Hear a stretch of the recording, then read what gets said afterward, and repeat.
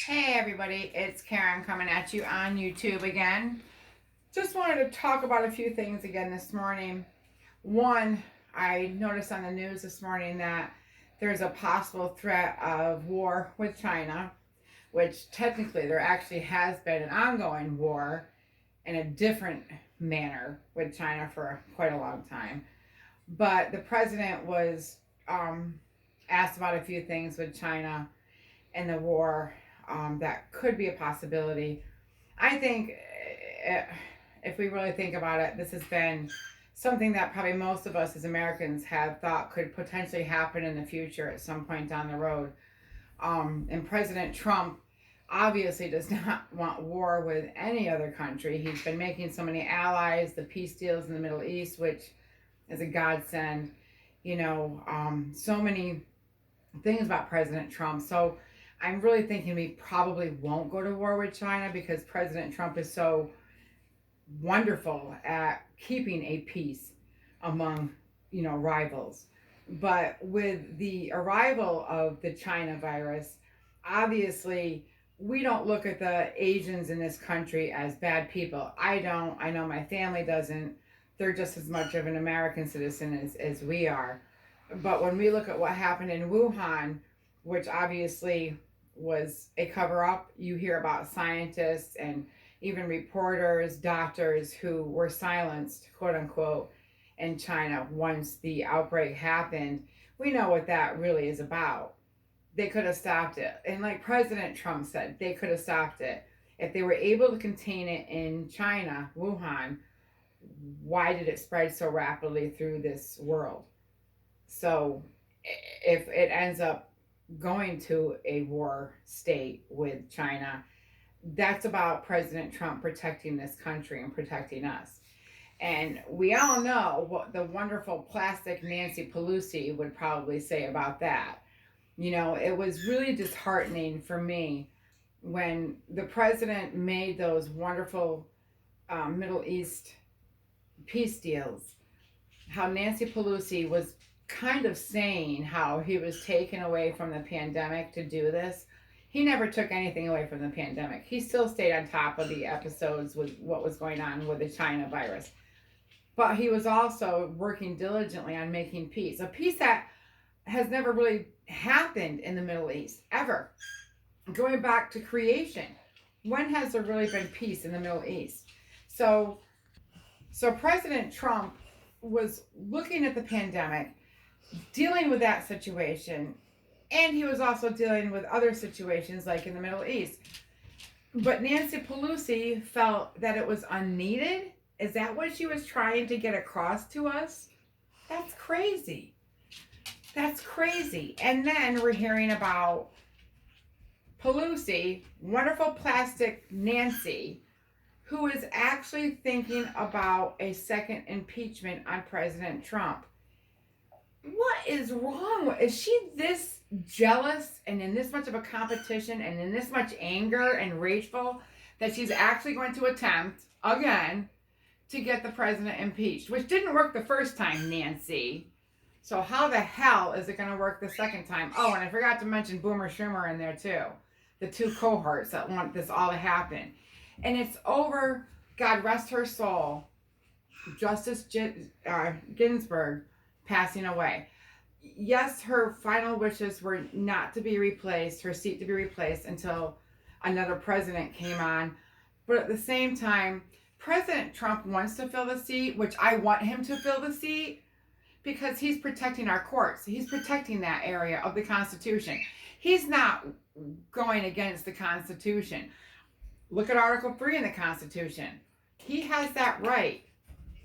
Even before an election coming up in November, he still has that right. He is the president. He is our leader.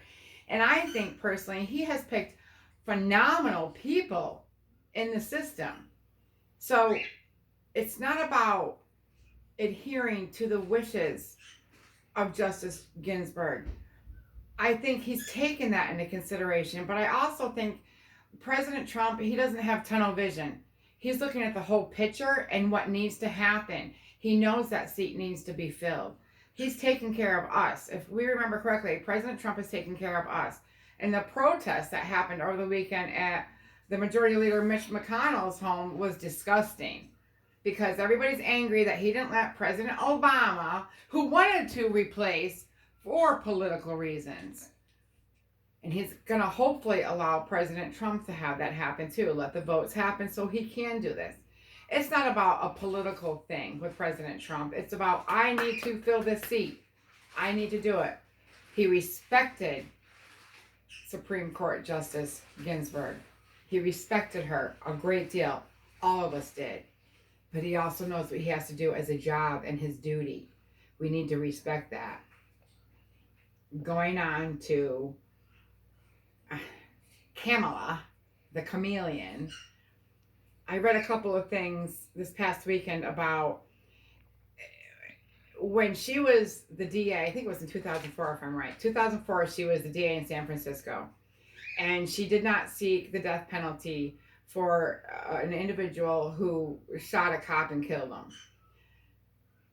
She wants to defund the police. So let's look at that big liberal opportunist picture of the chameleon. And that's what she is. She's a chameleon. She wants to defund the police along with Biden and the radical lefts that are with Biden. You want this woman to take over because you know damn well, you all know as well as I know, that if Biden wins the presidency, who's going to take over? The chameleon. Camilla, whatever the hell you want to call her. But she's a chameleon. How many colors does she change? And that's what a chameleon is. She changes color like a chameleon does. During the convention for the Democrats, when she was up against Joe Biden, what happened there? She was praising the people who were supposedly accusing him of sexual misconduct or sexual harassment or whatever it was. She was calling him a racist. And at that point, she was really for the police, but now she's against the police. Now she thinks Joe Biden is not a racist. Now she doesn't believe any of the charges or accusations against Joe Biden. So what does that say about a chameleon? So if Biden wins, Lord help us if he wins, you know he's not going to be able to take over after the first day. He probably wouldn't even make the inauguration if you think about it. And who's going to replace him in the interim when they're getting it ready for the chameleon? Nancy Pelosi, who honestly, on the bottom of my foot is what she is. She's the scum on the bottom of my foot. We need to think about this. We really need to think about all of this. And the media is the worst part. You know, what bothers me in that respect is how our great president has been nominated for 2 Nobel Peace Prizes. And the media is not giving him enough credit. They're not giving it enough coverage. And when he spoke about this at his rally this past weekend in North Carolina, and he brought up how he told his wonderful wife, our wonderful First Lady, you know, wait, they're going to be talking about it. And they never did. What's wrong with our media then? That shows how liberal our media is and how biased they are. And growing up when I was in high school, when I went to undergraduate school, and even when I went to graduate school, the media was not supposed to be so biased. They were supposed to give the facts, give the truth and facts. And it's turned into a huge circus against President Trump, against him. They're too biased, and they have absolutely no respect for our great and wonderful leader, which really pisses me off to the max. It takes a lot to get me angry, but when I see all of these, you know, newscasts giving out these fake, fraudulent news, as the president says, it makes my adrenaline want to burst. And if some of these reporters are in front of me like that ridiculous Chris Cuomo, I'd like to pop him one. And I am not a violent person at all.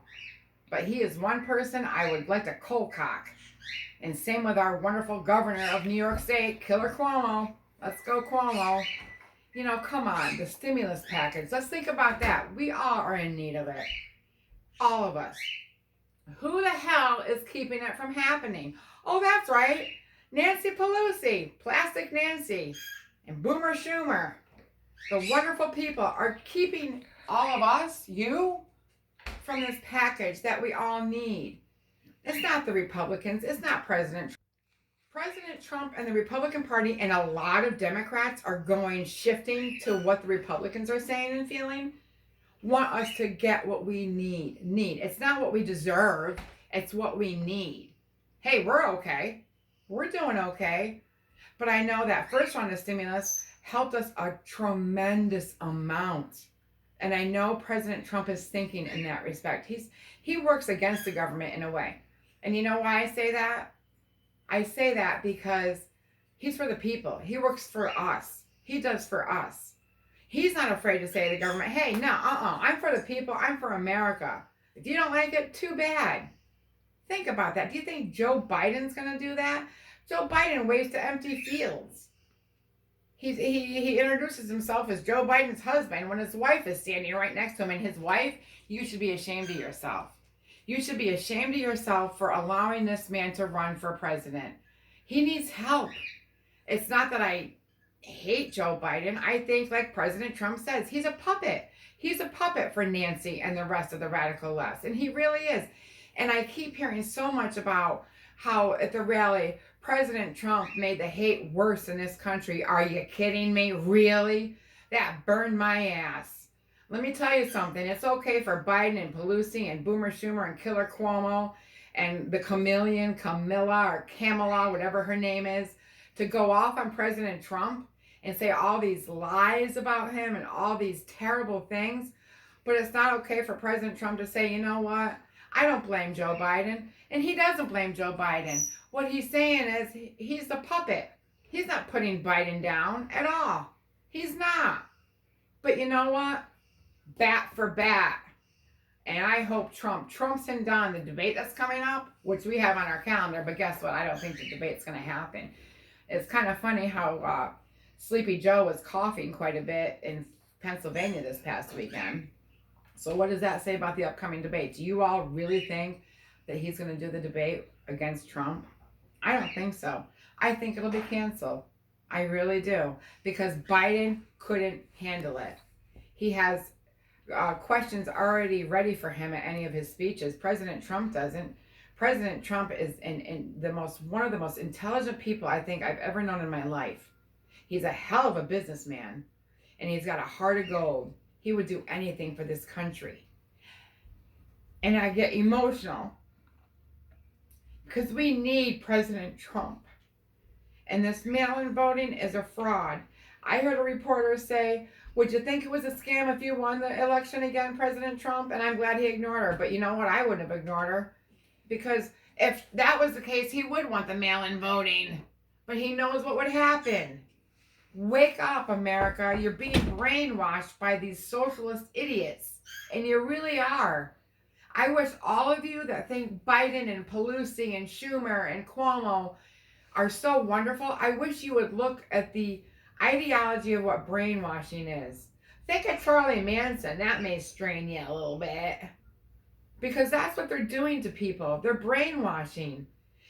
And to people believing that President Trump is the bad guy or Joe Biden is the good guy. Absolutely not. It's the complete opposite. To me, Biden's side, maybe not him in particular as a person, but that side, downright evil. Socialistic, which turns into communism. So if you want China, then vote for Biden. Me, capitalism. Trump. And I pray to God they have the debate because I want to see Trump Biden write the hell down. Tune in next time. Hit like, hit dislike, comment, subscribe. God bless America. God bless President Trump with all of our hearts. And God bless you.